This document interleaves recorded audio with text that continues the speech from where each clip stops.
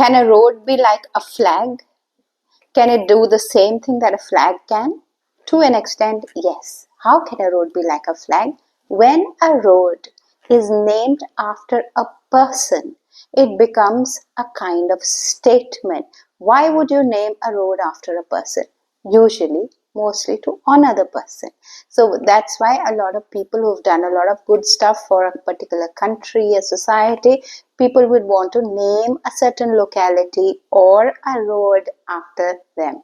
Now, if a road is given a very mathematical kind of number, for example, you could say crossroad 2, crossroad 20, crossroad 2000 and whatever. So what happened, or sector this or sector that in case of localities. Now these are simple mathematical terms. They don't really say anything about anybody. But when you say this is a particular kind of road in India, almost every city has a MG road. Mahatma Gandhi Road is there everywhere. Why? Because he was the father of the nation as far as India is concerned, and a figure who is honored historically and even now all the time, and he's almost revered. Now, what is the point of naming something? What is the importance of a name? I'm reminded of Shakespeare in Romeo and Juliet. You have that quote. What's in a name? That which we call a rose by any other name would smell as sweet. Now, a road would be a road. It would be made of the same tar, same stuff will be on it, same shops will be on it, even if you called it something else. So the road would be a road. So just as a rose is a rose, a road is a road. So what's the importance of naming? Naming is like a stamp. Now, when you want to honor somebody in a country or an ideology or an event, stamps are issued. Now, it may be the same, the value of the stamp doesn't change, but it's honor. It's like awards. What is that? What does that mean? It's an acknowledgement, a statement that this person or this ideology matters and we want to give it importance. Now, it could have been done in history at some point of time, and then maybe after 50 years or a couple of years after or before, the ideology changed, the powers change, a whole new paradigm has taken up.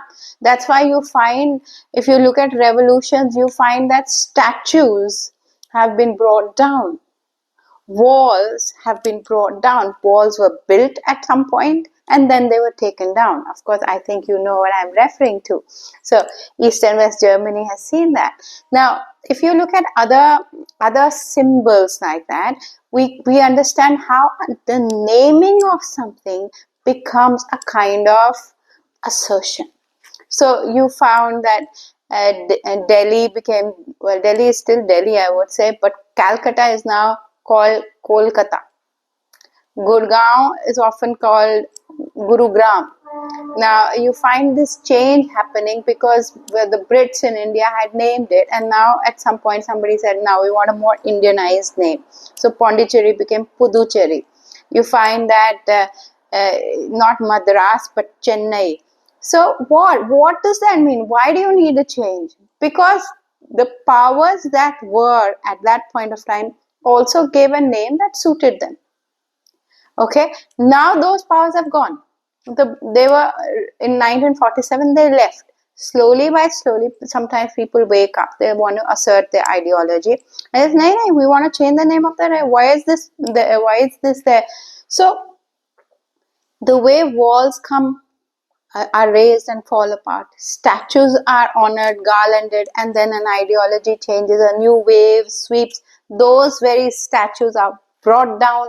So at some point, whoever was revered, who was looked up to, who was raised at a pedestal, now falls to dust. The naming of something, when you change the name of something, usually I'm here referring to a road, it can be a place also, it can be an institution also. What a name does, it puts a stamp on something. What it says is, yes, this is how we will identify. So the name is a form of identification. In India, very often when people ask you your name, then they ask you, what's your full name? Okay. Full name, why? Because they want to know what's your, where do you come from. Usually it points to a religion, or it points to a regional language, usually a religion, mostly religion. So you say your name and say, oh, you are a Sikh, you are a Hindu, you are a Muslim, you are a whatever. So how? Because the name comes from that whole paradigm, whole culture. Your parents, your grandparents have named you. So you have been raised in a certain kind of a culture, and that's how at least that name was associated. I'm not talking about exceptions, but generally that's the case. Okay, so the name is interesting. Why do certain religions associate certain names, or certain kinds of names? I mean, I come from a Sikh background, so all women write Kaur, all men write Singh, but the names themselves are gender neutral. So why? There's a whole reasoning behind it. Why? Because there's a sense of equality. At least that's how I see it. It's no different. There's no feminine name or a masculine name.